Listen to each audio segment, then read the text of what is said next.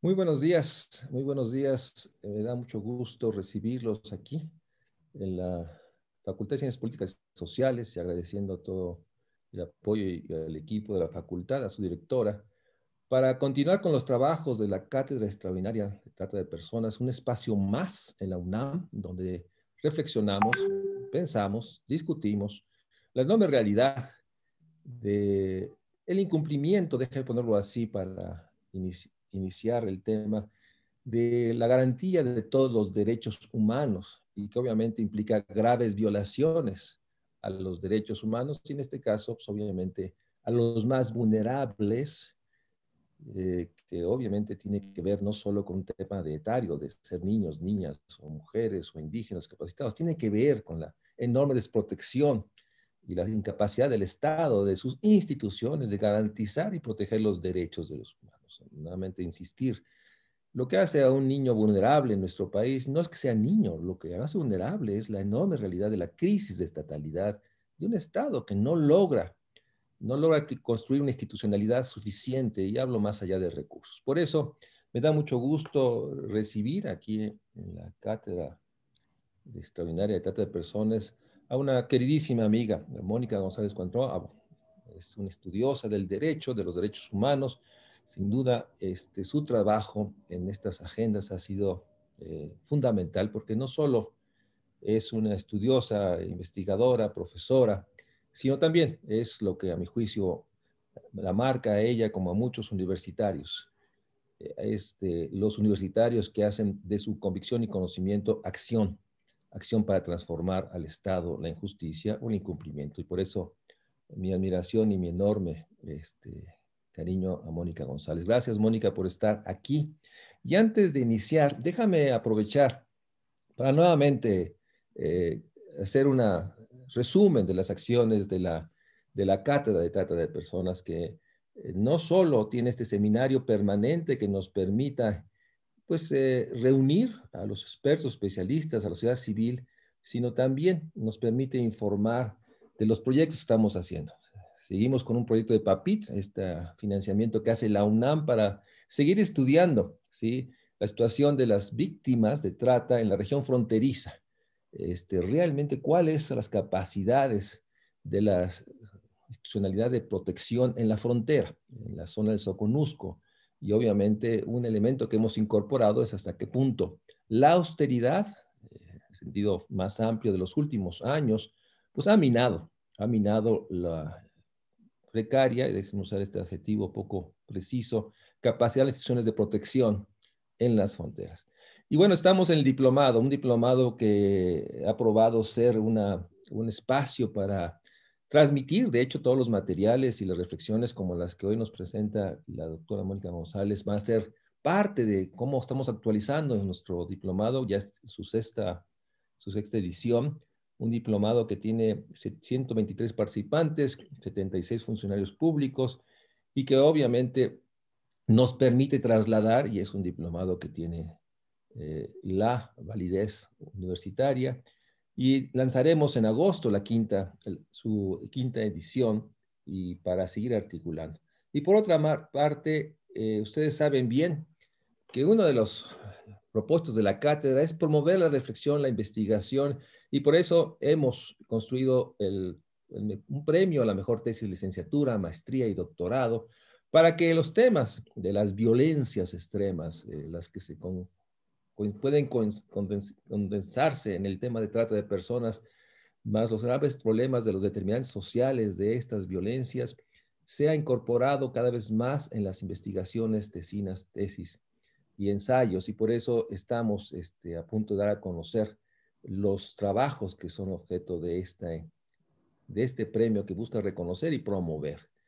Y en ese sentido, tenemos ya propiamente confirmado para el 22 de junio, por favor, a esta misma hora, estará con nosotros Michelle Dottridge, que fue directora del Centro Antiesclavitud Internacional, y es una experta que estará con nosotros y que nos da cuenta de algo que nos interesa mucho. Dar cuenta que estos fenómenos, como muchos de los sociales, son fenómenos globales, dinámicos.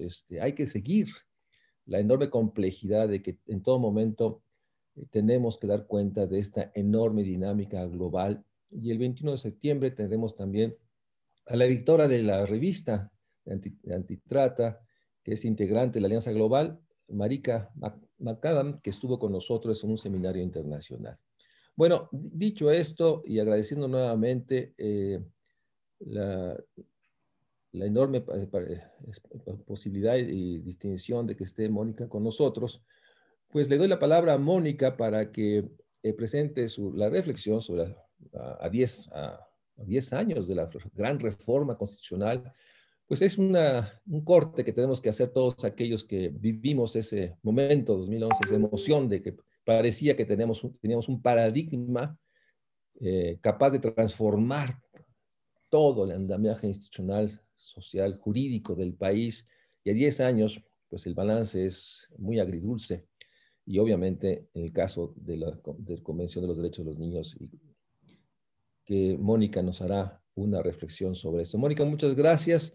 Te escuchamos y después, si hay espacio, te plantearán algunas preguntas a los que están escuchándonos y sabiendo que esta participación tuya pues, que quedará en el sitio de la cátedra y permitirá que muchos otros lo sigan viendo. Mónica, bienvenida. Un abrazo como siempre.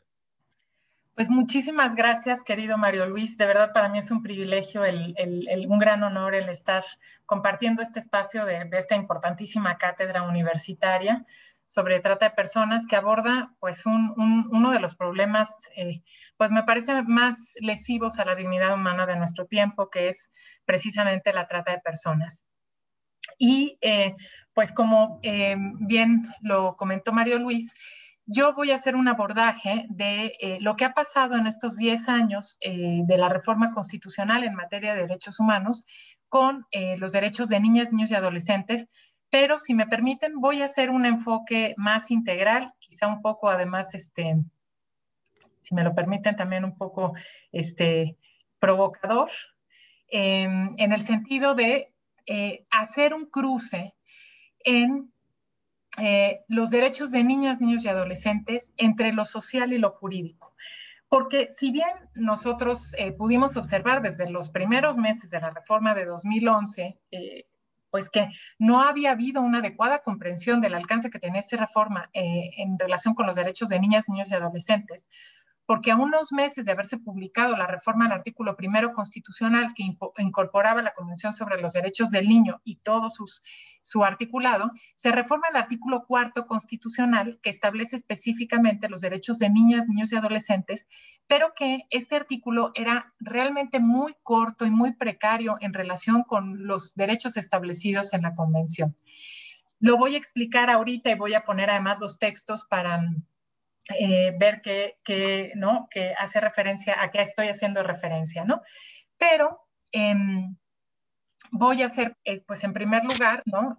A dividir esto en una breve introducción sobre la ruptura que supuso precisamente la reforma en materia de derechos humanos, las percepciones sociales sobre niñas, niños y adolescentes, que yo lo he llamado desde hace algunos meses en esta necesidad de darle un nombre a este fenómeno, la misopedia legitimada, el marco normativo, los derechos de niñas, niños y adolescentes frente a la trata de personas y terminar con las obligaciones del Estado frente a los derechos de niñas, niños y adolescentes, ¿no? Abordaré también un poco lo relativo a la situación en relación con la trata de personas en los últimos meses en el Estado mexicano, en relación precisamente con el informe que este año presentó ante el Comité de los Derechos del Niño el Estado mexicano. Entonces, ¿qué podemos decir a manera de introducción? La reforma en materia de derechos humanos supuso una ruptura de paradigma, ¿no? Esto lo decimos, se ha dicho mucho, pero hay que explicar a qué estamos haciendo referencia. Por varias razones, ¿no? En primer lugar, porque el artículo primero constitucional, originalmente en 1917 y hasta 2011, decía, en los Estados Unidos mexicanos todos los individuos gozarán de las garantías individuales que otorga esta Constitución. Y aquí la actual redacción del artículo primero dice, en los Estados Unidos mexicanos todas las personas gozarán de los derechos humanos reconocidos en esta Constitución y en los tratados internacionales de los que el Estado mexicano sea parte. ¿cuál es la gran ruptura de paradigma? No estamos utilizando de una manera superficial el concepto de paradigma. Hay una ruptura epistemológica aquí. ¿Qué quiere decir esto? Que en primer lugar, pues se cambia el concepto de individuo por el de persona, que el de persona es mucho más adecuado, que hace referencia precisamente, bueno, además no tiene una connotación masculina, como si es el término individuo, pero además no brinca, digamos, esta concepción individualista de los derechos humanos que tuvieron en buena parte del siglo XX para denominar persona, que es además el lenguaje del derecho internacional de los derechos humanos. Después sustituye el término derechos humanos en oposición al de garantías individuales. Hubo un gran debate aquí porque pues algunos especialistas hacían referencia a que era mucho mejor utilizar el término derechos fundamentales porque hace referencia a los derechos que ya están reconocidos en una constitución. Sin embargo, se optó por el término derechos humanos que en mi punto de vista es adecuado porque es el lenguaje también del derecho internacional de los derechos humanos. Y las garantías, ¿no?, que también siguen estando presentes en el texto constitucional, son los mecanismos de protección de los estados, que son muy importantes, pero una cosa son los derechos en el contenido sustantivo y otra cosa son las garantías. Y luego este cambio, que me parece que es el más sustantivo, del otorga al reconoce, nos marca precisamente esta ruptura epistemológica. Antes los derechos nacían con la Constitución, porque la Constitución los otorgaba, de tal manera que si se eliminaban de la Constitución, salían completamente a la protección constitucional, y al momento de reconocer los derechos, se acepta que estos derechos tienen una existencia previa. Aquí ha habido muchas discusiones, sí, bueno, decimos los abogados, la Constitución reconoce la existencia de un derecho natural. Yo creo que no necesariamente es así. Lo único que está diciendo la Constitución es que estos derechos tienen, desde luego, origen en el derecho internacional de los derechos humanos, en la Declaración Universal de los Derechos Humanos, en el Pacto Internacional de Derechos Civiles y Políticos, en el Pacto Internacional de Derechos Económicos, Sociales y Culturales, en la Convención sobre los Derechos del Niño. Tienen una justificación ética, pero lo importante es que legitiman al Estado. Un Estado, desde la perspectiva constitucionalista contemporánea, se legitima en tanto reconoce derechos humanos. Hoy en día podemos decir que hay un cierto consenso en que una verdadera constitución es aquella que tiene un catálogo de derechos humanos y los mecanismos para su protección. Entonces, creo que aquí es donde se marca precisamente la ruptura epistemológica, que en lugar de otorgarlos, los reconoce, y además no se restringe a los derechos establecidos en la Constitución, sino que lo abre a los tratados internacionales. Y ya después también, según un criterio de la Suprema Corte de Justicia, estos tratados internacionales abarcan no únicamente pues los convenios, ¿no?, las convenciones, los pactos, sino que también incluyen la jurisprudencia de la Corte Interamericana de Derechos Humanos, particularmente de los órganos jurisdiccionales internacionales, lo cual además viene a robustecer mucho más pues este conjunto de derechos que tenemos todas y todas las personas. Pero ¿qué es lo que pasa? ¿No? O sea, tenemos un gran avance en la Constitución, un gran avance en términos legales, pero de repente vemos que no necesariamente en la realidad esto se traduce de forma automática en, por ejemplo, en el caso de las niñas, niños y adolescentes, precisamente por este tratamiento jurídico que es tradicional de los estados contemporáneos, no es exclusivo de México, no necesariamente se tradujo precisamente en una mayor garantía de los derechos. Y lo primero que yo quiero explicar son precisamente las percepciones sociales que tienen mucho que ver también con la debilidad institucional acerca de lo que son los derechos de las niñas, niños y adolescentes precisamente. Y a esto le he dicho yo o le he nombrado la misopedia legitimada, y quiero explicar por qué le puse este nombre. Desde hace mucho tiempo en el debate académico y en la reflexión, pues se habla, se cuestiona, por ejemplo, a ciertos modos de tratar a la infancia y a la adolescencia, se cuestiona este término de la minoría de edad, ¿no? Se han incorporado principios, por ejemplo, el de autonomía progresiva, el reconocimiento de que las niñas y los niños tienen ciertas capacidades, en fin. Sin embargo, no tenemos hoy en día en el uso cotidiano político, ¿no? Porque no, aquí trascendemos a lo jurídico, un, término que nos ayude a describir esta situación y esta visión, estas percepciones sociales que tenemos las personas adultas respecto de las niñas, niños y adolescentes y que legitiman la violación de sus derechos y que después les voy a decir, no crean que es solamente análisis sociológico, tiene una importante repercusión también en la violación a sus derechos y en el mismo fenómeno de la trata, la explotación, etc.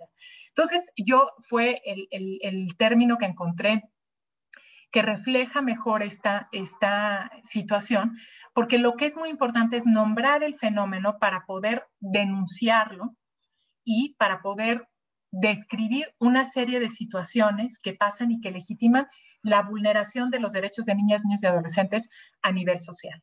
Y vamos a ir, digamos, como de lo más sencillo a lo más complejo, precisamente, pues, entendiendo, utilizando primero, pues, esto que es una forma de comunicación de nuestro tiempo, que son los memes. Yo todos los memes que les voy a enseñar ahora los saqué de gente que conozco de publicaciones de Facebook. Ninguno me fui a buscarlo a las oscuras profundidades de gente mala, de ninguna manera.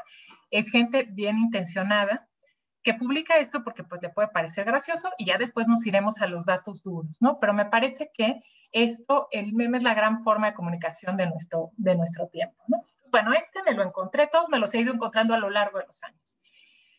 Dice, millones de niños quieren limpiar el planeta, millones de mamás están de acuerdo y quieren que comiencen por su recámara. Identificarán ustedes que esto se publicó con motivo de que Greta Thunberg, esta adolescente, pues que tiene una gran lucha contra el cambio climático, fue a Naciones Unidas a hablar precisamente sobre el calentamiento global. Y entonces me pareció terrible esto, ¿no? Porque, bueno, claro, pretende ser un chiste, pero lo que hace es precisamente despolitizar completamente la palabra de niñas, niños y adolescentes, descalificar una reivindicación completamente legítima que además nos debe interpelar a la sociedad adulta, porque sí, me parece que las nuevas generaciones están mucho más sensibles a este tema del cambio climático, del cuidado de la naturaleza, ¿no? Y entonces reducimos aquí, este meme reduce esta capacidad de incidencia política pues a lo doméstico, a limpiar su recámara, ¿no? Es decir, hay una minimización aquí tremenda. Respecto a la violencia, también esto además circulan por todos lados, ¿no? Las mamás de ahora, mi hijo sufre bullying, lo llevaré al psicólogo. Las mamás de antes, como te dejes pegar, yo te doy más duro, ¿no? Entonces, bueno, esta romantización de que, no, es que antes los niños, pues sí, ¿no? Eran duros y las mamás, ¿no? Los golpeaban si sufrían acoso escolar y se ve como algo, ¿no? Cursi, como algo inadecuado esto.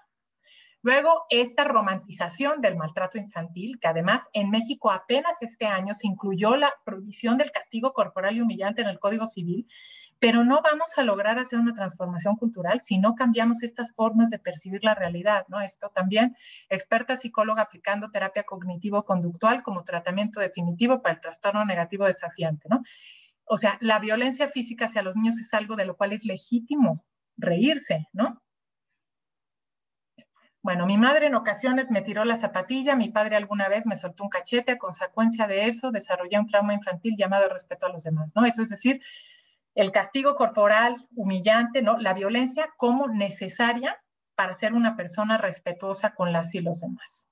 Lo mismo, bueno, son más de los mismos, de lo mismo, ¿no? Esto también, los tiempos han cambiado mucho, ahora ya nadie puede enseñar responsabilidad a los hijos porque se pueden traumar. No hay obligación de estudiar, ni de aprender, ni de limpiar lo que ensucian. Los padres tienen miedo de educar porque los niños conocen todos sus derechos y ninguna obligación. Grave error.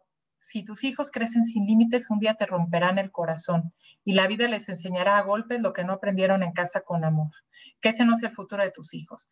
Es decir, aquí los derechos son contrarios a la disciplina, ¿no? a la educación, etcétera, pero además lo que es brutal aquí es decir, lo importante es que te van a romper el corazón, es decir, el niño le va a romper el corazón a la persona adulta al momento que crezca, ¿no? Entonces es esta burla del lenguaje de los derechos completamente aceptada por la sociedad. Bueno, esta también, ¿no? Si no te gustan los abortos, solo ignóralos, así como ignoras a los niños de la calle. También yo digo, bueno, a ver, el debate sobre el aborto es otro debate que tiene que ver con los derechos de las mujeres. No se puede utilizar, instrumentalizar a los niños de la calle, ¿no? Haciendo, o sea, porque aquí parece que hay vidas que no importan, ¿no? Las de los niños de la calle es que son ignorados. Esta naturalización, bueno, lo mismo esta. Este también es tremendo. Exijo zonas libres de niños, al igual que a ti te molesta mi cigarro, a mí me molesta tu pequeño clon tóxico, feo y llorón. También lo vi, ¿no? Entonces, bueno, algunos de estos memes, yo lo que quiero demostrar aquí es que, a diferencia de lo que ha ocurrido con otros grupos que han sido históricamente discriminados, ¿no? Las mujeres, las personas de la diversidad sexual, los pueblos indígenas, estos grupos, digamos, han logrado que sea políticamente incorrecto y deslegitimar la burla. Eso no quiere decir que hayamos acabado con el machismo, lo quiero dejar muy claro, pero por lo menos difícilmente alguien se atrevería a poner, ¿no? O a hacer en un muro público un comentario misógino, homófobo, transfóbico. No digo que no ocurra, pero por lo menos en cierto tipo de lenguaje, esto ya pues se ha convertido en una incorrección, es decir, pues si una persona quiere sentirse que respeta los derechos humanos, que es tolerante, bueno, pues no es dable hacer este tipo de comentarios, mientras que con las niñas y los niños sí, ¿no? Podemos seguir publicando memes, ¿no? Y pues además hay esta idea pues de que es gracioso, ¿no? Entonces, me parece que tenemos que empezar a reflexionar y a nombrar este fenómeno que utiliza a las niñas y los niños, ¿no? Así como, por ejemplo, también el tema de utilizar lo infantil como algo peyorativo que también está muy presente en el discurso público. Pero bueno, esto, digamos, son algunas expresiones sociales, pero esto también se confirma con los datos que nos dan algunas encuestas. Esta que hicimos hace algunos años, que es, digamos, la última que tenemos en relación con esta pregunta, Mario Luis y yo hicimos esta investigación y diseñamos este cuestionario que se llama Los mexicanos vistos por sí mismos. Y ante la pregunta, ¿usted cree que los niños deben de tener los derechos que les da la ley? Solo el 65.9% contestó esto. Los derechos que sus padres les quieran dar, 26%, y los niños no tienen derechos porque son menores de edad. Es decir, casi 3 de cada 10 mexicanos, ¿no?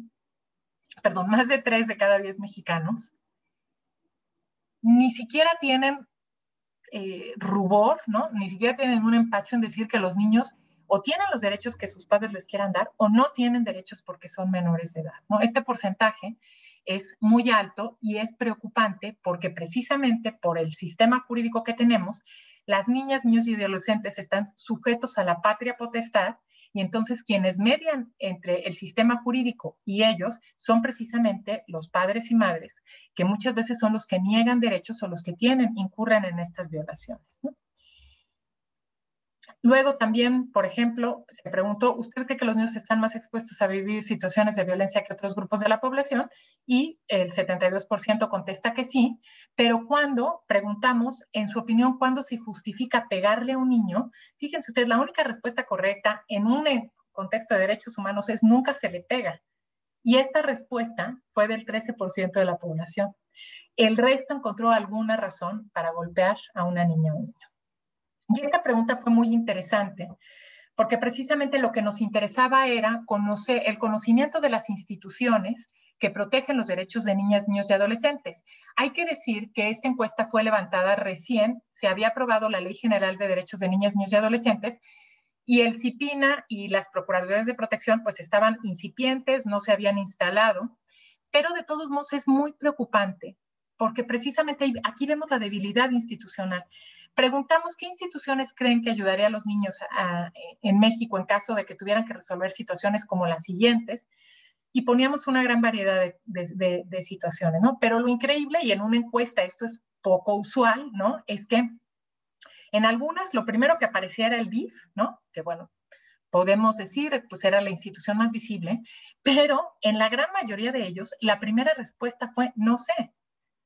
Y entonces, si nosotros tenemos esta situación, por ejemplo, de que vemos y nos vamos al caso a una niña o un niño que sospechamos que puede ser víctima de trata, de explotación o de abuso, la mayoría de las personas no saben a dónde acudir para denunciar esta situación. Y esto es lo que es realmente muy preocupante porque nos muestra un muy bajo conocimiento de la cultura, bueno, de las instituciones que existen en el país.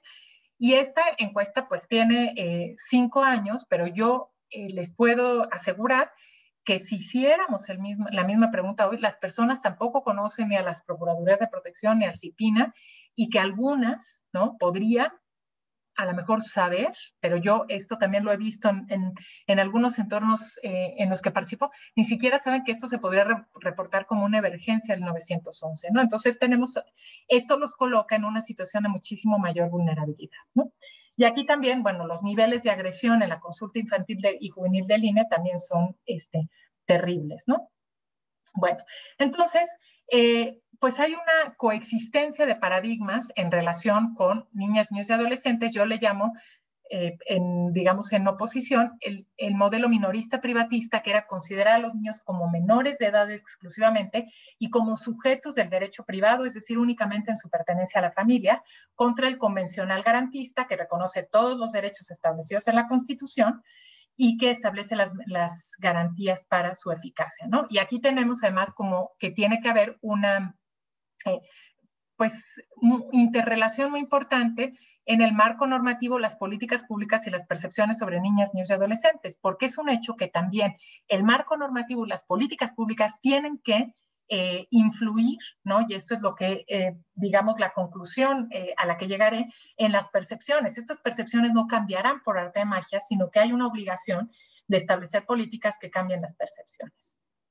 Bueno, pasamos al marco normativo. El marco constitucional, como yo les decía, establece, pues nos reconoce a todas las personas todos los derechos y las garantías. Y esta reforma, como todas y todos sabemos, fue publicada en junio de 2011. Con esta reforma se incorpora la Convención sobre los Derechos del Niño de una manera plena a el parámetro de regularidad constitucional, es decir, a los derechos establecidos en la Constitución. Sin embargo,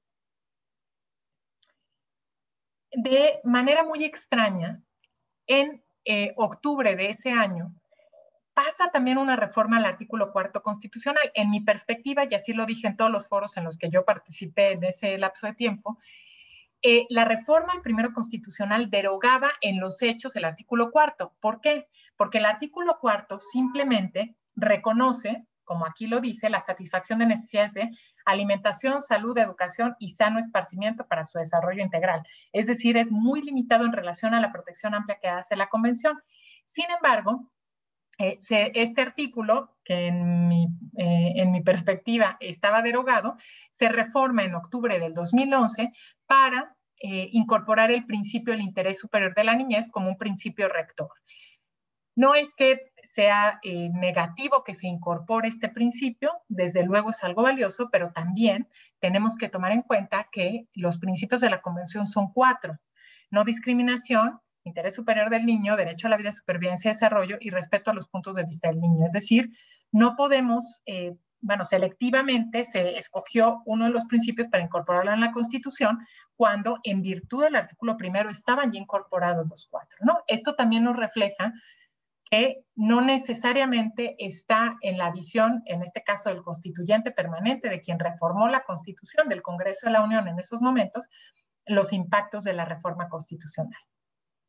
Pero con esta reforma, y esta es la parte muy buena, se reforma también el 73 constitucional para facultar al Congreso de la Unión para, pues básicamente, y para decirlo de manera más sencilla, expedir una ley general que pudiera establecer los parámetros claros y construir la institucionalidad para garantizar los derechos de niñas, niños y adolescentes.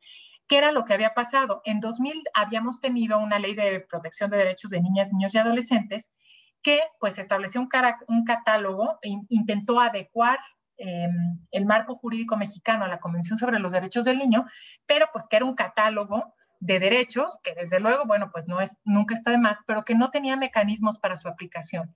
Y como era una ley federal y no una ley general, entonces cada entidad federativa hizo leyes pues de acuerdo a sus propias convicciones y nunca se logró realmente tener homologados todos los derechos y sobre todo las garantías para su protección en toda la República Mexicana. Por eso fue necesario el hacer esta reforma al artículo 73 y aprobar la Ley General de Derechos de Niñas, Niños y Adolescentes.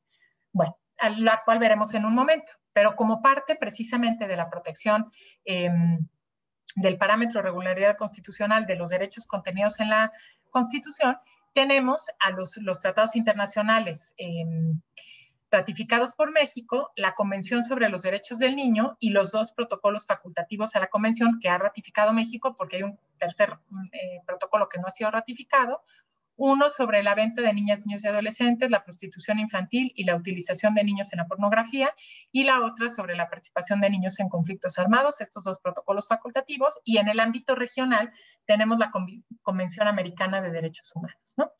Esta convención, en el artículo 19, reconoce que todo niño tiene derecho a las medidas de protección que su condición de menor requieren por parte de su familia, de la sociedad y el Estado.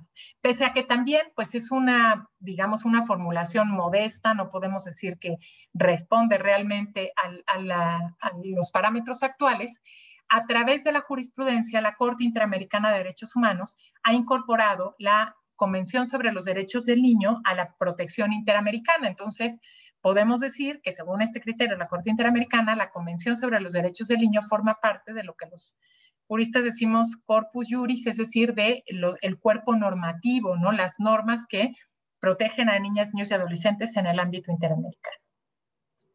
Y en lo que se refiere a la Ley General de Derechos de Niñas, Niños y Adolescentes, también vale la pena retomar un poco lo que pasó en este proceso, digamos, de estos 10 años a partir de la reforma. Se envía una iniciativa preferente, ¿no?, por parte del presidente de la República al Senado en el 1 de septiembre de 2014. Esta iniciativa preferente bueno, últimamente ha estado también más en los medios, pero tiene la característica de que es una facultad del Poder Ejecutivo, la manda y obliga al Congreso a discutirla de una manera muy expedita, a ponerla, digamos, ahora sí que en primer lugar en la fila y ya sea aprobarla o desecharla en un periodo muy corto de tiempo. Entonces se manda esta iniciativa preferente y el Senado hace una cosa muy interesante que es convoca una serie de audiencias públicas en donde participa pues organizaciones, organismos internacionales, academia, etcétera, y la propuesta se modifica radicalmente, esto hay que decirlo, ¿no? Más del 80% de la iniciativa quedó reformada y finalmente se publica en el Diario Oficial de la Federación el 4 de octubre de 2014, ¿no? Muy rápido, precisamente por ser una iniciativa preferente. Entonces, ¿cuáles son los contenidos de la ley? Aquí están pues expuestos muy, digamos, únicamente como los títulos, pero para que nos demos una idea de cómo realmente responde al parámetro de la Convención sobre los Derechos del Niño y no del artículo 4 constitucional. El título primero trata de las disposiciones generales, después establecen los derechos de niñas, niños y adolescentes, y son todos estos derechos: vida, supervivencia, desarrollo, prioridad, identidad, familia, igualdad sustantiva, no discriminación, vivir en condiciones de bienestar sano, desarrollo integral, vida libre de violencia, salud y seguridad social, inclusión, educación, descanso y esparcimiento, libertad de convicciones éticas, pensamiento, conciencia, religión y cultura, libertad de expresión y acceso a la información, participación, asociación y reunión, intimidad, seguridad jurídica, debido proceso, y niñas, niños y adolescentes migrantes. Después viene un título sobre las obligaciones. Originalmente este era el primer título, y fue una de las observaciones que se hizo, que no era adecuado primero establecer las obligaciones y después los derechos, sino que los derechos daban origen a las obligaciones, ¿no? Es una forma adecuada y de ver los derechos de niñas, niños y adolescentes que rompía precisamente con el modelo anterior, ¿no? Y aquí pues habla de quienes ejercen la patria potestad, tutela, guardia y custodia de niñas, niños y adolescentes.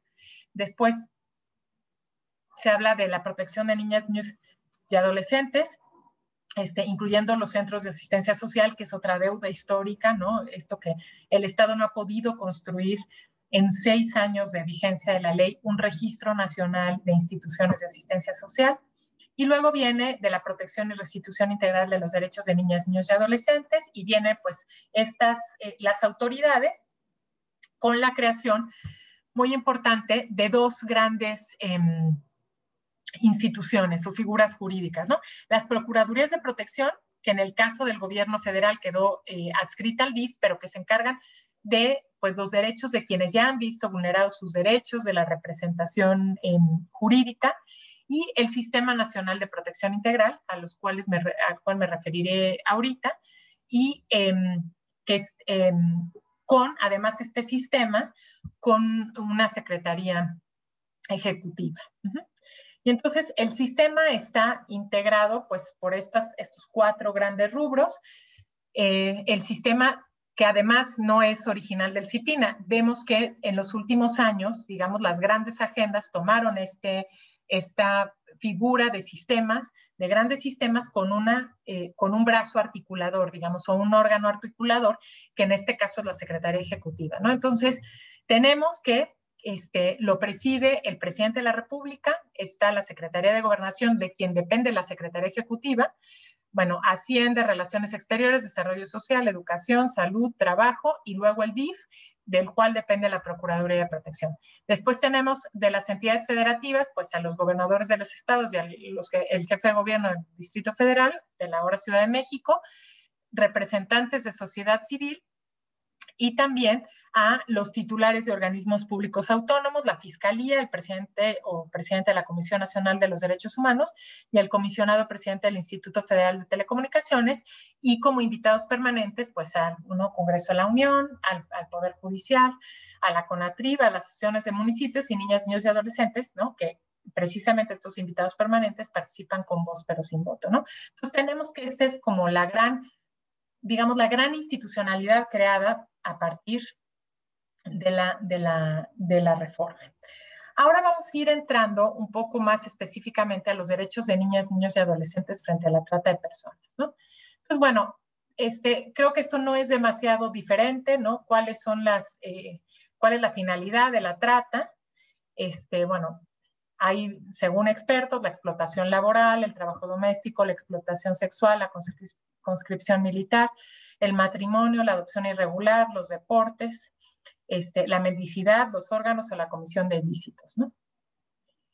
Los factores de riesgo pues son los factores que comparten, ¿no? La pobreza, la desigualdad de mujeres y niños, en caso de niñas, niños y adolescentes, la baja tasa de matriculación escolar, la condición de desamparo, la falta de registros de nacimientos, que además esto es un problema en la pandemia, los desastres humanitarios y el conflicto armado, la demanda de explotación sexual y mano de obra barata, tradiciones y valores culturales, y yo puse la misopedia. Esta idea de que niñas, niños y adolescentes son propiedad de padres y madres y que muchas veces inhibe a las personas de hacer denuncias y que legitima toda una serie de actitudes hacia niñas, niños y adolescentes, ¿no? Bueno, también el impacto que tiene, desde luego, es emocional, físico y psicosocial, ¿no?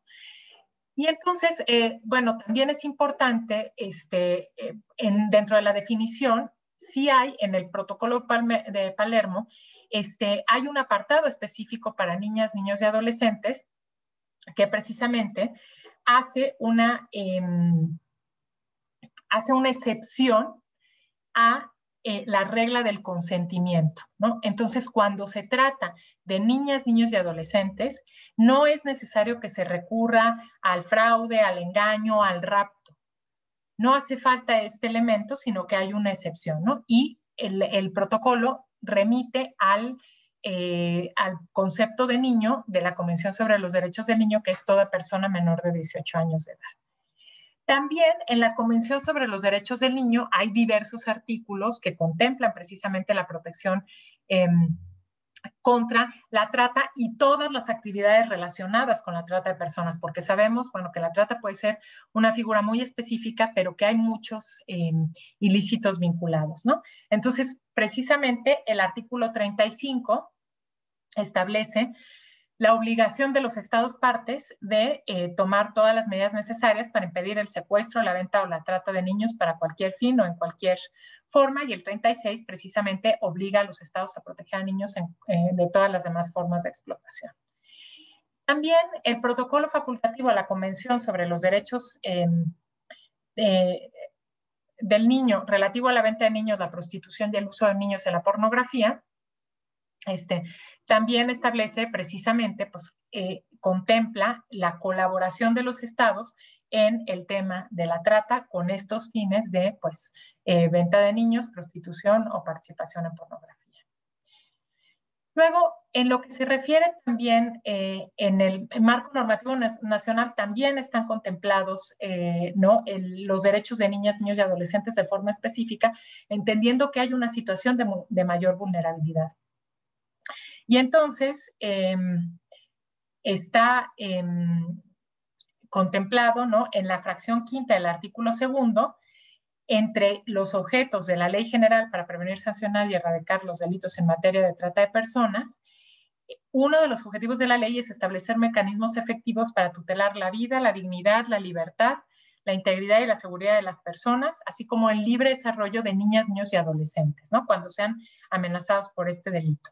Y también establece el interés superior del niño como principio orientador para la aplicación de la ley, ¿no? Y aquí entiende este principio como la obligación de velar por los derechos de niñas, niños y adolescentes. También la Ley General de Derechos de Niñas, Niños y Adolescentes prevé estos delitos, ¿no? O contempla la trata, por ejemplo, con fines de adopción, al obligar a los estados a legislar en materia de adopción para garantizar que no sea realizada, pues, con fines de venta, sustracción, retención de estos. También, bueno, en el artículo 47 establece obligaciones para prevenir, atender y sancionar los casos de niñas, niños y adolescentes que se vean afectados por la trata de personas. Y lo mismo, establece una obligación de quienes ejercen el cuidado, ya sea padres, madres, quienes ejercen la patria potestad, cuidadores, precisamente protegerlos en contra de toda forma de explotación, incluida la trata de personas. También en el Código Penal Federal tenemos delitos vinculados a la trata, ¿no?, que contemplan específicamente la condición de ser persona menor de edad, como la corrupción de personas menores de 18 años de edad que no tienen capacidad para comprender el significado del hecho. También el delito de pornografía de personas menores de 18 años de edad o que no tienen capacidad para comprender el significado del hecho. El turismo sexual también en contra de este mismo grupo, el lenocinio. Y bueno, la trata de personas que estaba en el Código Civil, pero fue derogado para pasarlo a la Ley General, ¿no? ¿Qué ha pasado? Y precisamente, ¿qué reporta el Estado mexicano? Es muy interesante conocer lo que reporta el Estado mexicano. Hay que decir que este informe que se presentó en enero de este año se da. México asume la obligación de presentar un informe cada 4 años al ratificar la Convención sobre los Derechos del Niño. Y a partir de este momento, pues se han presentado los informes, pues varios de manera extemporánea, y por eso es que se ha necesitado consolidar varios informes, y en este caso son el sexto y séptimo informes combinados, porque el último se presentó en 2015, que fueron el 2015, cuarto y quinto, ¿no? Entonces, México está presentando y va a ser objeto, digamos, de una revisión, de un examen por el Comité de los Derechos del Niño, que pertenece al Alto Comisionado de Naciones Unidas para los Derechos Humanos, informando precisamente sobre cómo ha cumplido estas obligaciones. Todo es muy interesante, pero ahora voy a resaltar únicamente lo que le dijo el Comité de los Derechos del Niño a México, que le hacía falta en 2015, y lo que México está reportando en relación con los avances, ¿no? Entonces, bueno, en las observaciones le dice, bueno, que ve como una buena política la aprobación de la Ley General y de la Comisión Intersecretarial, pero bueno, pues ve con preocupación que no se hayan incorporado todos los delitos previstos en el protocolo facultativo, manifiesta una preocupación por la gestación subrogada en el estado de Tabasco, ¿no?, como pues que posibilita, por ejemplo, la venta de niños o que podría ser un factor de riesgo. Y también le preocupa que persista la trata con fines de explotación sexual y trabajo forzoso.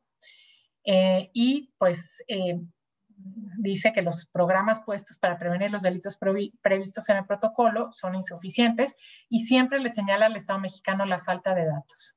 Y recomienda una revisión de los códigos para armonizarlos con el protocolo facultativo, que el Estado de Tabasco revise su legislación, que se aplique la ley general, que se investiguen y sancionen los delitos, que se refuercen los programas de prevención, protección, recuperación, reintegración social e indemnización, que se siga estrechando la cooperación internacional, que se trabaje en materia de formación y campañas de sensibilización y que sobre todo tenga datos, ¿no? Y entonces, ¿qué le contesta el Estado mexicano 5 años después, ¿no? Entonces, le dice precisamente pues que ya se incorporaron al Código Nacional de Procedimientos Penales las sanciones a los delitos previstos en el protocolo, y muestra pues el programa nacional, reporta de 2019 a 2024, y reporta haber iniciado en 425 carpetas de investigación por presuntos delitos de trata, ¿no? También en materia de prevención, pues un monitoreo de asuntos clasificados en los medios de comunicación. También pues desde la FEBINTRA se ha dado atención especializada, se habla de un refugio especializado y pues también se habla de la implementación de los lineamientos regionales para la protección especial en casos de repatriación de niñas, niños y adolescentes víctimas de trata, ¿no? Y pues también en lo que corresponde a la explotación sexual comercial infantil, se habla de grupo, de la conformación de un grupo de trabajo, también del Código Nacional de Conducta que impuso la Secretaría de Turismo, también pues que la Guardia Nacional colabora con agencias, organismos internacionales, ¿no? Para investigar estas conductas a través de las tecnologías de la información y pues de esto que se agregó al Código de Tabasco, ¿no? Entonces ya para concluir, y bueno, si después hay oportunidad, hay más, ¿cómo se llama? Digo, es muy interesante porque además tiene un anexo estadístico este informe, bueno, que desde mi perspectiva no es que sea tan, no es que de tanta información, pero bueno, algo nos dice, ¿no? Entonces, desde mi perspectiva, el artículo primero constitucional habla de promover, respetar, proteger y garantizar los derechos humanos. Y cada una de estas obligaciones específicas, ¿no? Tiene un contenido muy concreto. ¿Qué significa promover, difundir, impulsar? Respetar, no interferir o poner en peligro los derechos por acción o por omisión. Proteger es una obligación dirigida a los agentes del Estado para prevenir violaciones a derechos humanos por particulares. También crear el marco jurídico institucional para evitar la violación de derechos humanos y garantizar, realizar el derecho y asegurar el libre ejercicio del mismo, ¿no? Y entonces, ¿qué tendríamos que hacer? Digamos, si esta es una agenda mínima que puede extenderse y que puede aterrizarse, además, en lo que se refiere a la trata de personas, particularmente de niñas, niños y adolescentes. ¿Qué tendría que hacer? Promover, como yo les decía, estas actitudes sociales hacia la infancia y la adolescencia no van a cambiar por arte de magia. Hay una obligación específica del Estado en cambiar estas percepciones sociales. Entonces tiene que haber campañas de difusión y sensibilización sobre derechos de niñas, niños y adolescentes y los mecanismos de protección y restitución de sus derechos. Es decir, este conocimiento institucional que debemos de tener las personas adultas para poder fungir como mediadores, ¿no? Para poder ayudar en esta garantía. La generación también de habilidades de crianza en madres, padres, cuidadores, ¿no? Es que esto que ha... pues que es muy claro que muchas veces la normalización de la violencia y del maltrato se debe a la falta de habilidades de crianza y muchas violaciones a derechos de niñas, niños y adolescentes y al generar una cultura de paz. Aquí también podríamos decir, bueno, pues tendría que haber una campaña de difusión y sensibilización sobre los riesgos de la trata y particularmente también dirigidas a niñas, niños y adolescentes, porque es en las consultas que se hicieron también para la elaboración del informe no se trata este tema específicamente y de repente pues creo que hay poca información al respecto sobre los riesgos y el trabajo en materia de prevención. Después respetar pues es la necesidad de seguir avanzando en modelos de prevención a partir de la garantía de los derechos de niñas, niños y adolescentes y la sensibilización de las autoridades en el respeto a estos derechos.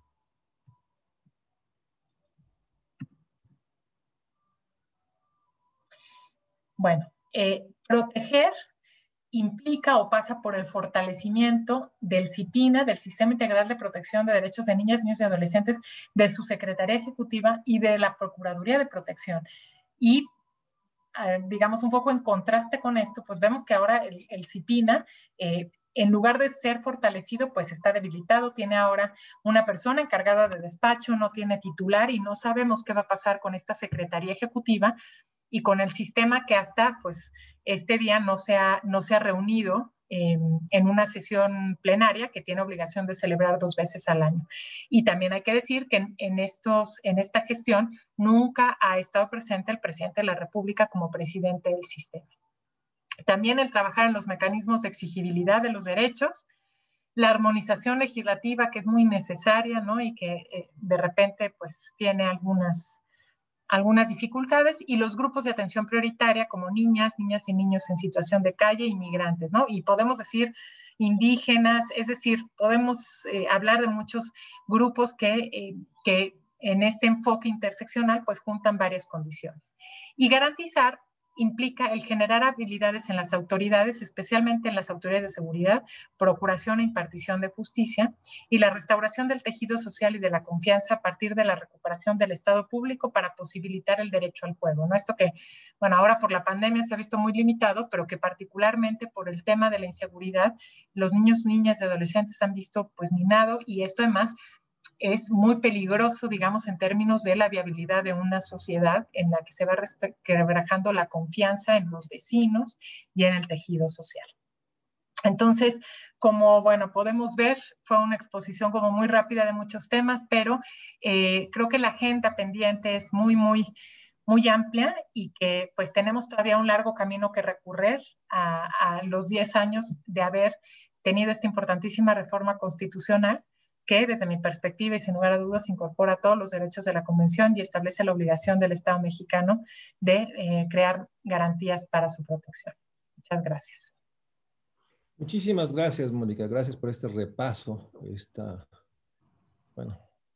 esta descripción de todo lo que está propuesto y obviamente la enorme realidad de esto es la incapacidad del Estado para poder dar cuenta, como el informe, las recomendaciones del Alto Comisionado sobre Naciones Unidas. Naciones Unidas ha hecho al Estado mexicano.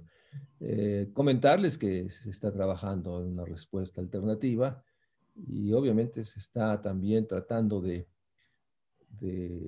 pues, presionar y exigir que se fortalezca el CIPINA, que pasa por designación, y por eso Mónica González y muchos otros estamos organizando un foro la próxima semana para hacer en este mes de abril. No nos pase lo que nos pasa, que haya un evento, un desayuno en Palacio, y simplemente es una suma articulada de lo que el Estado está haciendo, no necesariamente todos bajo una visión de derechos de los niños y niñas. Hay varias preguntas que están en el chat, pero déjame incorporar una más para que la tengas. Uno de los grandes problemas con el tema de definir cuando el delito se puede definir como trata, es que la explotación puede darse y no es constitutiva del delito de trata, pero sí es un delito. Y obviamente la palabra explotación es jurídicamente, tú nos dirás, tiene una enorme complejidad porque en el derecho penal hay que precisar exactamente si los actos son comisivos de un delito, constitutivos de un delito. Y ahí nos enfrentamos que hay delitos que pueden estar en otras leyes, la ley del trabajo, pues la explotación, pero no necesariamente son constitutivos de trata. Y ahí es donde tenemos la enorme problemas de la imprecisión o la enorme también falta de comprensión cuándo es un delito de trata y cuándo es un delito de explotación, que también debe ser castigado. Entonces me gustaría tu reflexión porque este es uno de los enormes hipótesis de que hay una baja sanción por delito de trata porque los elementos constitutivos, los fines, medios comisivos, etcétera, no se logran acreditar y muchas veces el juez define que sí es un delito, pero no trata. Y trata es un delito grave, como ha estado, como se definió recientemente y con todas las implicaciones que tiene esta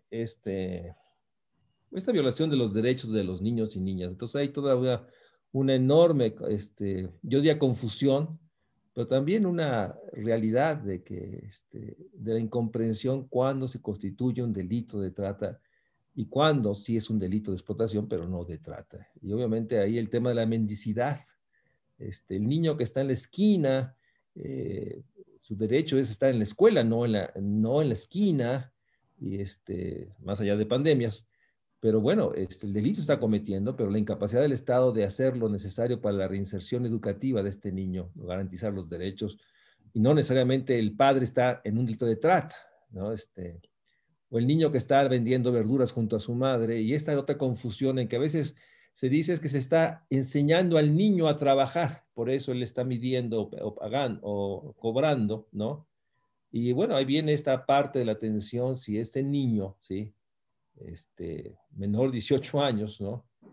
Pues de hecho, hay un rango de edad que podría trabajar ciertas horas siempre sin demérito de la parte escolar. En fin, lo dejo ahí, pero hay varias preguntas. No sé si las tienes en el chat ahí, Mónica, para que las tomes, o las vayas tú tomando y podamos aprovecharte al máximo, agradeciendo a todos los que están viéndote y hablan de la enorme necesidad de poner en el centro no solo en el mes de abril, el tema del incumplimiento de los derechos de niñas y niñas adolescentes, a 10 años de la reforma constitucional, pero también a varios meses en el cual, bueno, 2 años en que se ha desvanecido, porque no es solamente el tema de la falta de designación de titular del secretario ejecutivo de disciplina, simplemente 2 años en el cual la austeridad ha vaciado de recursos a muchos organismos encargados de la protección. Lo dejo ahí y te dejo para que vayas llevando las preguntas, las tienes ahí enfrente y tú las vayas abordando. Gracias, Mónica. No, muchísimas gracias. Y efectivamente, nada más como un pequeño comentario, esto que señalas muy claramente. Por eso yo decía, hay algunos delitos vinculados con la trata que no necesariamente son trata, ¿no? Por ejemplo, puede haber Sí. trata con fines de explotación, ¿no? O puede haber explotación sin trata, ¿no? Entonces, realmente, pues el andamiaje jurídico es muy complejo. Evidentemente, cuando se da, por ejemplo, la trata con fines de explotación sexual, por poner un ejemplo, se da lo que se llama un concurso de delitos y entonces son varios delitos y se debe hacer la acusación precisamente por varios de estos delitos, ¿no? Pero es un tema extremadamente complejo, precisamente, pues el establecer en muchas medidas, en muchos casos, cuáles son los límites. Esto que tú señalabas, por ejemplo, hubo un caso muy sonado de una familia que fue una tragedia en Chiapas, que pues se había dicho que se había capturado a unas personas que estaban tratando con niños y resulta que era la familia y los niños ejercían actividades de mendicidad. Entonces, la línea es realmente compleja de tratar y a mí me parece muy interesante, o sea, y lo adecuado es que desde la perspectiva del primero constitucional, aquí en donde tenemos que a donde tenemos que voltear la vista es al Estado, no a las familias, ¿no? Que en estas condiciones de precariedad, pues realizan estas actividades. La pregunta es, ¿por qué tiene que estar una familia que además pertenecía a una comunidad indígena en un núcleo urbano con los niños ejerciendo estas actividades? ¿Dónde está el Estado ahí para garantizar el derecho a la educación sin violentar el derecho a la familia? Porque además hay muchos instrumentos internacionales que precisamente dicen esto, ¿no? No se puede separar a una niña o niño de su familia por condiciones de pobreza económica, ¿no? Hay que trabajar con las familias y hay que generar las condiciones, pero normalmente esto es poco visto, ¿no? Y por eso es muy importante recalcar esto. Y en el tema, por ejemplo, de la explotación laboral, fue muy criticada la reforma a la Ley General del Trabajo, que establecía como esta distinción del trabajo infantil que lo borraba un poco cuando decía que no se consideraba trabajo infantil cuando había una colaboración en pues, actividades productivas económicas de los núcleos familiares. Pero entonces ahí lo que hay que ver, y creo que es un debate muy complejo, pero que habría que dar es cuáles son las condiciones. Es que no depende de que trabaje o no trabaje con la familia, depende, por ejemplo, de de acuerdo con el interés superior de la niña y el niño, es cómo esto le impide el ejercicio a los demás derechos. ¿Sí? Si le impide la educación, el estudiar, el jugar, el descansar, el tener actividades recreativas, bueno, todo eso, entonces podemos considerarlo que entra dentro de una práctica no permitida. Pero bueno, creo que son asuntos muy importantes y debates que muy pertinentes, ¿no? Bueno, primero me preguntan respecto a la pornografía infantil. Sí hay un debate respecto a si es adecuado decir pornografía infantil o siempre tenemos que hablar, pues aquí nos dice abuso sexual o explotación sexual directamente, porque pues sí, la pornografía un poco puede ser, no puede ser un eufemismo para encubrir una actividad que siempre es explotadora, ¿no? Porque en el caso de las personas adultas, yo me atrevería a dudarlo, pero bueno, sería otro debate, que puede ser una actividad consentida. Pero en el caso de niñas, niños y adolescentes, ¿no? Esta postura sugiere y que yo comparto, pues que siempre es una cuestión de explotación, o sea, entonces, y lo que pasa es que, pues, hablamos de, así está reconocido tanto en el protocolo como en el Código Penal, pero es muy interesante esta reflexión, ¿no? Bueno, me hablan de la brecha en el derecho a la educación. ¿Qué rumbo o perspectiva se debe considerar para reducir dicha brecha? Yo lo que creo es que tiene que asumirse como una obligación de Estado y tiene que fortalecerse precisamente la institucionalización, o sea, la institucionalidad, es decir, que el Estado provea educación de calidad, ¿no? En el país tenemos realmente brechas muy importantes entre regiones, muchas veces entre escuelas particulares y privadas, y es porque el Estado, digamos, como que se ha inhibido precisamente en esto y creo que tiene que asumirlo como una obligación. Luego nos dice, ¿qué comprende el punto de vista de los niños según este derecho mencionado en el artículo 4 constitucional? Bueno, no está propiamente en el cuarto, está en la ley general. El derecho de niñas y niños a que su opinión sea tomada en cuenta. Este está reconocido en el artículo 12 de la Convención, pero además le recomiendo a René, en el Comité de los Derechos del Niño, la observación general número 12, la destinó precisamente al derecho, a cómo ejercer este derecho de niñas y niños, y es como un catálogo muy importante de, bueno, por ejemplo, en procedimientos jurisdiccionales, en la vida política, en la vida pública, en fin, ¿no? Hay muchas aristas, pero implica, y voy a mencionar sobre algunos elementos, por ejemplo, en un proceso jurisdiccional, que se le informe de lo que va a pasar, que se le pregunte si quiere participar o no, que se le adelante lo que va a suceder, que se le explique cómo se tomó en cuenta. Es un tema muy debatido, es un tema en el cual estamos atrasados todas y todos, realmente no tenemos mecanismos de participación política significativa, pero esta observación general es muy pertinente y creo que clarifica mucho, ¿no? Para empezar a cambiar actitudes. En casos como el ciberbullying o el bullying, ¿cuál es la perspectiva que debe tomar respecto al tema y cuál es la forma más viable para tratar el problema sin dañar a ningún menor, ya sea acosador o víctima, porque al final ambas son menores? Bueno, pues es un tema, el ciberbullying es realmente muy complicado, precisamente por el tema del anonimato, pero bueno, creo que podríamos tratar pues como el contexto también del acoso en la escuela. Creo que tanto la niña, niño o adolescente que ejerce el acoso, bueno, requiere de una atención, está tratando de decir algo, como quien es víctima. Aquí les recomiendo la última observación general que es la 25, que acaba de sacar el Comité de los Derechos del Niño, es sobre los derechos del niño en el entorno digital y desarrolla muchísimas, bueno, una serie de cosas, bueno, todos los aspectos relativos, y uno de ellos es esto, es precisamente el ciberbullying, desde las obligaciones de los estados precisamente para proteger a niñas, niños y adolescentes.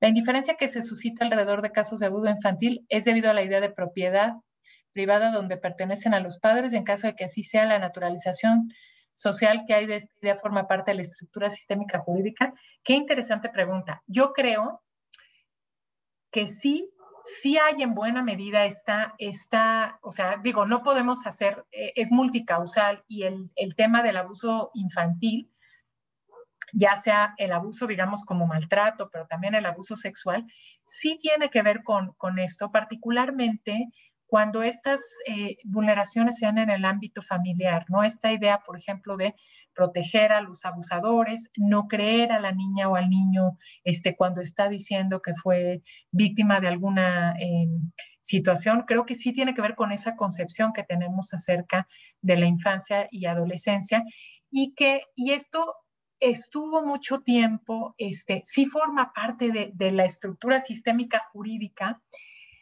porque seguimos teniendo, o sea, dentro de la estructura jurídica, esta idea de la patria potestad más o menos va cambiando, pero tenemos ahorita como cosas un poco contradictorias y amorfas, en donde la representación jurídica la tienen normalmente los padres, madres o tutores. Lo que hace la ley, que es muy interesante, es establecer la representación en suplencia, porque precisamente una de las preguntas que hacíamos es, bueno, si la niña o niño es víctima de cualquier tipo de vulneración a sus derechos dentro de la familia, sus representantes legales pueden ser los mismos vulneradores. Entonces, ¿qué va a pasar? O sea, ¿cómo salimos de esa trampa? Porque evidentemente, pues ahí hay un círculo vicioso y fue la representación en suplencia. Pero el tema es que las procuradurías de protección todavía tienen muchísima debilidad. Hay estados de la República en donde la Procuraduría de Protección está integrada por 2 personas. Pues imagínense si va a poder dar atención a todos los casos involucrados, donde están involucrados niñas, niños y adolescentes. Bueno, me preguntan si considera que a partir de la ratificación de los derechos humanos han habido cambios significativos. Yo creo que sí. De entrada, las niñas y los niños, así, palabra niño y niña, no estaba en la Constitución mexicana hasta el 2000. Entonces aparecen por primera vez, se les reconoce y creo que ha habido avances muy importantes, digamos, en términos jurídicos, en términos de interpretación de la Suprema Corte, de los tribunales. Desde luego es insuficiente, pero yo creo que sí. Y la misma ley general y la creación de esta institucionalidad de las cuales les he hablado, pues me parece que es una de ellas, ¿no? Luego, ¿qué mecanismos o acciones específicas considera que pueden transversalizar el interés superior de la niñez en las políticas públicas? ¿Es posible plantear tal cosa con las capacidades institucionales y presupuestales con las que hoy se cuenta? La respuesta a la segunda pregunta es no. Realmente transversalizar el interés superior de la niñez implicaría, porque se dice que implica hacer un análisis sistemático de cómo los derechos de niñas y niños se verán afectados en cualquier política pública que les afecte. Y si nosotros nos preguntamos qué política pública afecta a niñas, niños y adolescentes, más bien les preguntaría qué política pública no afecta a niñas, niños y adolescentes. Todas, desde políticas urbanas, políticas económicas, políticas laborales, todas afectan a niñas, niños y adolescentes. Entonces tendría que ser un criterio siempre en la discusión pues, de leyes, de políticas, cómo se están afectando los derechos de niñas, niños y adolescentes. Y como bien decía Mario Luis, pues esto que se había conseguido ahorita está en riesgo precisamente por el debilitamiento del sistema, el debilitamiento de la Secretaría Ejecutiva y de la Procuraduría de Protección, pues en aras a una austeridad que creo que no se justifica cuando estamos hablando de derechos de niñas, niños y adolescentes.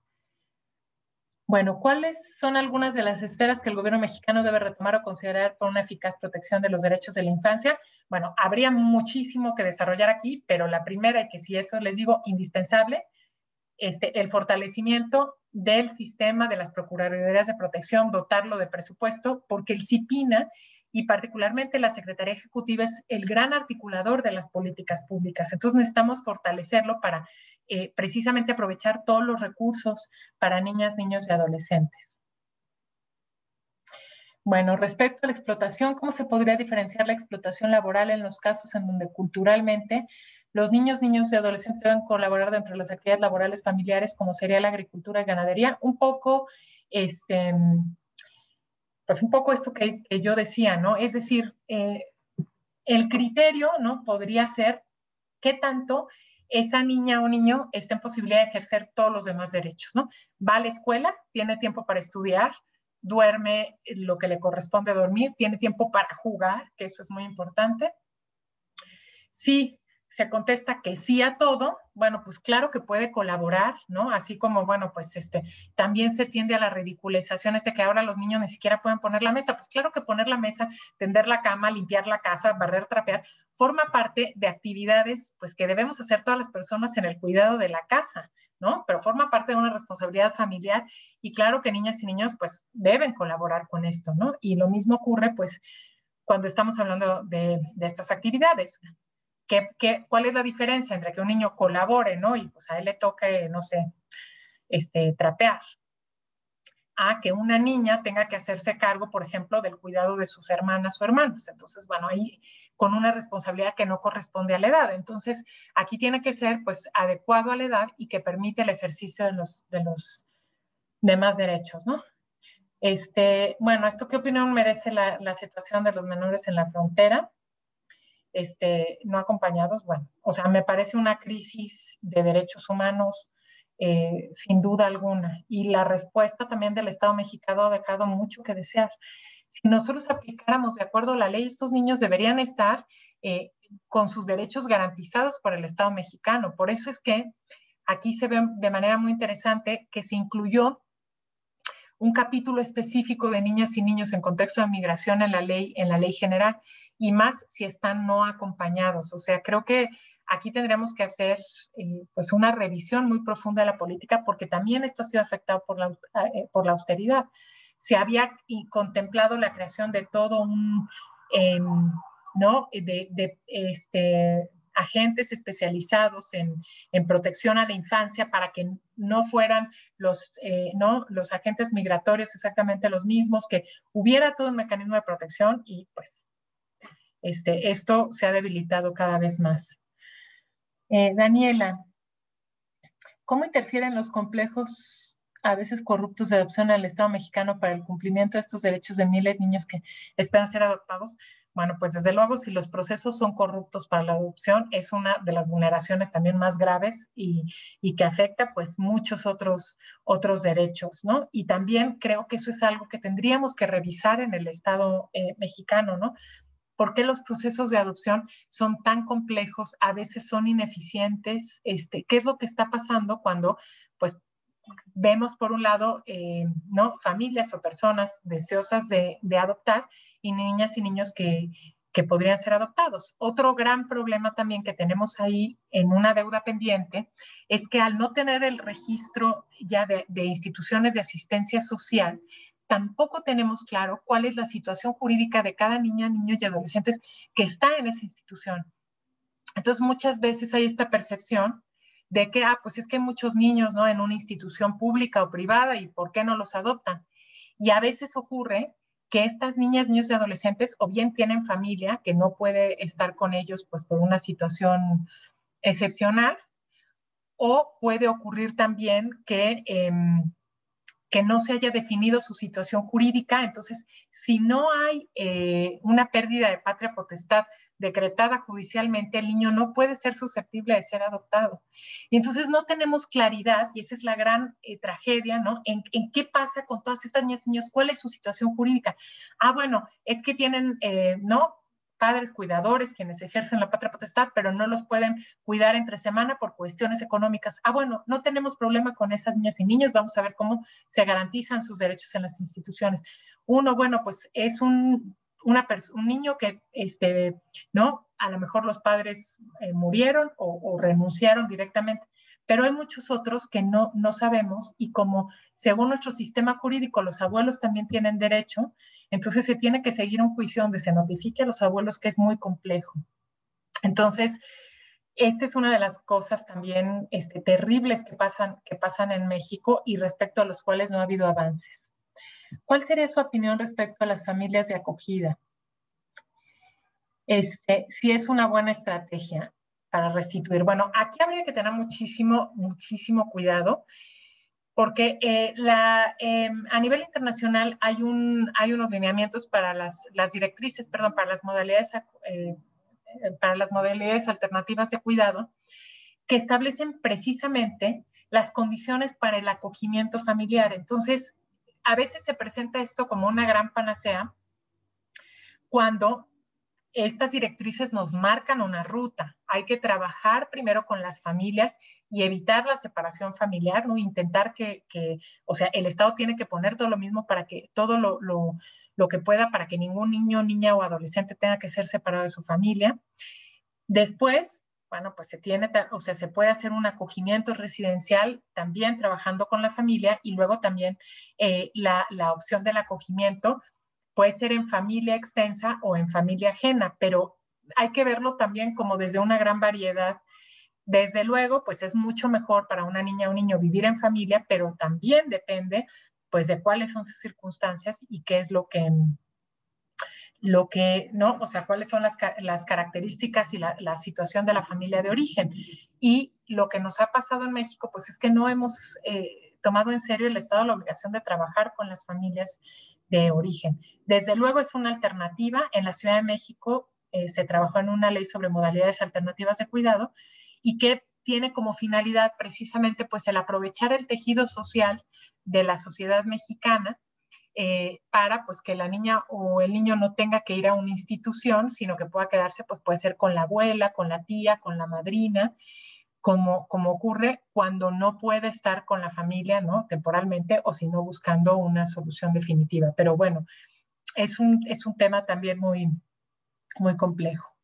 ¿Qué opinas sobre la atención de trata de personas en niñas indígenas en sus pueblos originarios? La trata de personas para ellos por los usos y costumbres. Bueno, yo no conozco realmente esa realidad, o sea, un pueblo donde por usos y costumbres haya trata de personas. Sí sé que hay, lo que sí hay en usos y costumbres en algunos lugares es el matrimonio infantil, que desde luego es inaceptable. Y pues aquí es muy claro el artículo 2 de la Constitución. El artículo 2 de la Constitución establece que los pueblos originarios tienen pues derecho a la autodeterminación, a vivir sus usos según sus usos y costumbres, pero siempre esto está restringido por el marco constitucional, es decir, no puede ir en detrimento a los demás derechos. Entonces, si nosotros tenemos que el artículo 1 tiene todos los derechos que establece la Convención y, ¿no? y la misma Constitución, pues desde luego no es aceptable ningún tipo de práctica que sea contraria precisamente a estos derechos, alegando usos y costumbres, ¿no? Y es una de las grandes problemáticas, por lo menos el tema pues del matrimonio infantil, que sí, bueno, pues es una práctica que se sigue dando en algunas comunidades, pero que, bueno, pues es necesario también tener políticas focalizadas para su erradicación. Entonces, pues sí, eso es muy importante. Y si se da la trata, pues aún más grave, ¿no? Porque aunque esté amparado por los usos y costumbres, no deja de ser un delito. No se puede alegar no una excepción a un delito por constituir un uso y costumbre de una comunidad indígena.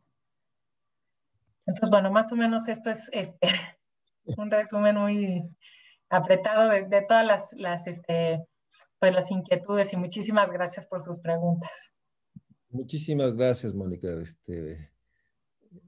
Bueno, déjame decirte, tenemos que aprovecharte al máximo y por esto te sometí a esto de que tú leyeras, porque realmente hay mucho interés y sin duda es muy importante que tengamos esta reflexión jurídica de la complejidad, digamos, la sociología jurídica que muchos de estos temas están invocando y pues requiere realmente que tengamos noción de esta enorme complejidad jurídica, eh, más allá del andamiaje que se ha construido a partir del 2000 propiamente, con que empieza esta noción de niños y adolescentes y los primeros programas para lograr realmente articular algo más allá de lo que es el DIF, o que sigue siendo el DIF, esta institución emblemática del siglo XX, que atendía a algunos de los fracturados, ¿no? Nunca logró construirse en términos de garantizar derechos, era atender a pocos fracturados, pocos porque no había capacidades en las casas cunas, casas hogares,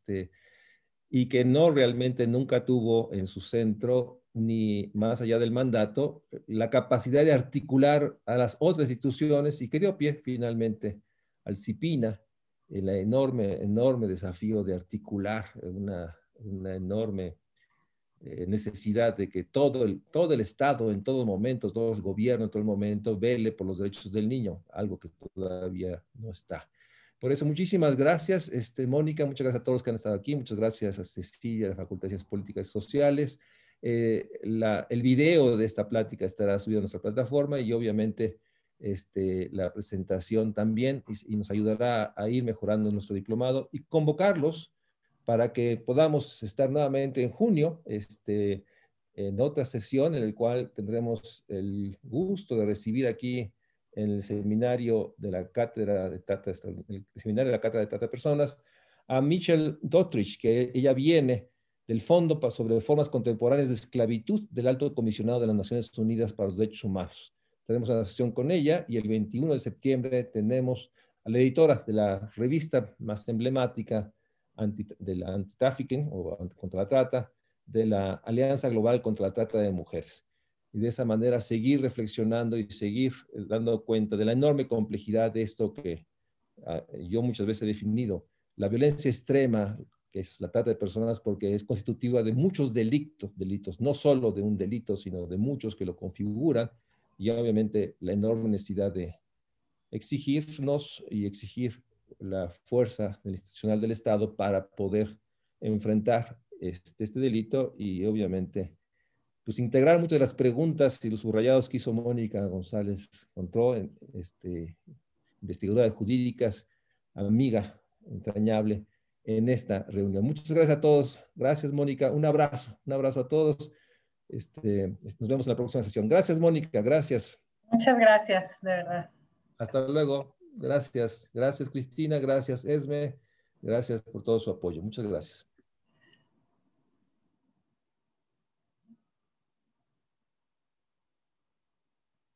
Pues muchísimas gracias, ¿eh? Nuestros dientes olor. Gracias, doctora. Gracias a usted. No, le hacemos llegar su constancia por correo. Perfecto, buenísimo. Mil gracias. Al contrario. Hasta luego. Gracias, Ceci. Hasta luego. Gracias, Ceci. Hasta luego. Gracias por todo.